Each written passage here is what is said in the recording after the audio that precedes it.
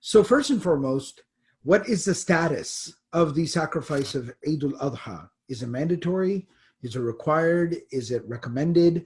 So there's a difference of opinion. Some of the scholars, like the Hanafi scholars, the Ahnaf, they are of the opinion that it is actually something that is mandatory.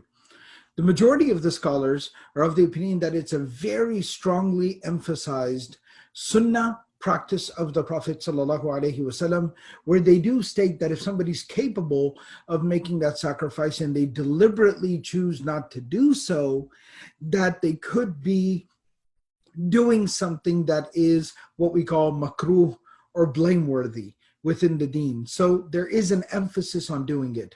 My personal recommendation would be, once again, to do it. Now, who should be doing the sacrifice? Who should be offering a sacrifice? So there's a little bit of a discussion, difference of opinion here. The Ahnaf, the Hanafi school, says that anyone who is capable of paying zakat on an annual basis should be offering a sacrifice. The majority of the scholars are of the opinion anyone who has enough money to offer a sacrifice. So I will just use a certain number as an example. Let's say that sacrificing a goat costs $250. So the majority of the scholars say if you have an extra $250 outside of what you need to feed yourself and your dependents, then you should go ahead and make the sacrifice and pay for that sacrifice. All right. Once again, my recommendation would be that if you have that amount of money extra beyond your needs, that it is good to make that sacrifice, because that's what these days are for, is for making that sacrifice for the sake of Allah subhanahu wa ta'ala, and providing assistance and helping those who might be in need of some assistance. Thirdly, the third question is one sacrifice enough for a whole household, or does each person need to have a sacrifice on their behalf? Once again, there's some agreement here and some disagreement. The sacrifice only needs to be done by or on behalf of an adult. The majority of the scholars are of the opinion you can do it on behalf of a minor, but that is purely optional. It is not required or emphasized for the minor, but rather this is only for adults who have some kind of financial ability. All their needs are met and they have that extra money where they can offer a sacrifice.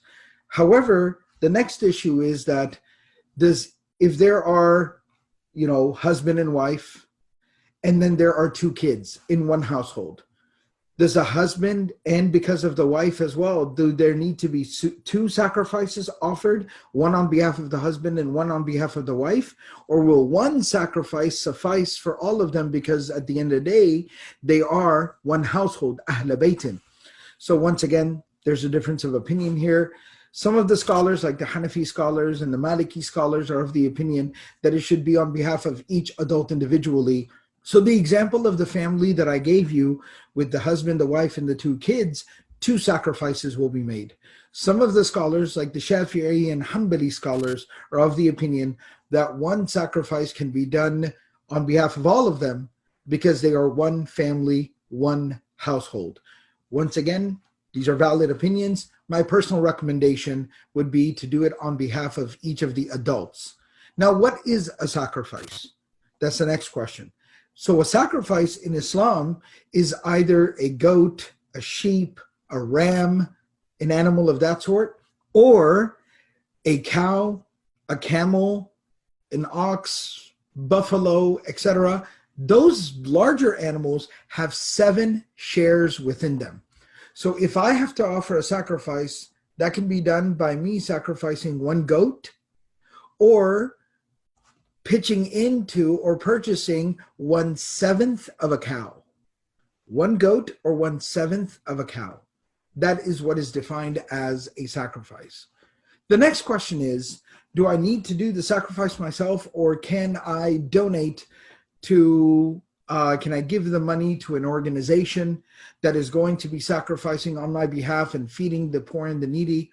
Then in this case, in this instance, while it is recommended to do it yourself, it is completely permissible, totally acceptable for you to pay someone else like a charitable or humanitarian organization that is going to do the sacrifice and use that to feed the poor and those that are in need of assistance. Lastly and finally, if I do a sacrifice on my behalf, myself, if I do my own sacrifice myself, am I allowed to bring some of that meat home, or does all of it need to be donated? Or do I need to bring all of it home? Do I have to donate it? Can I donate it? So when it comes to this, it's very open to whatever works for you. The scholars do recommend give something in donation, but at the end of the day, the Prophet ﷺ would eat some of his own sacrifice, would share it with some family and friends, and would also feed those who are in need of it.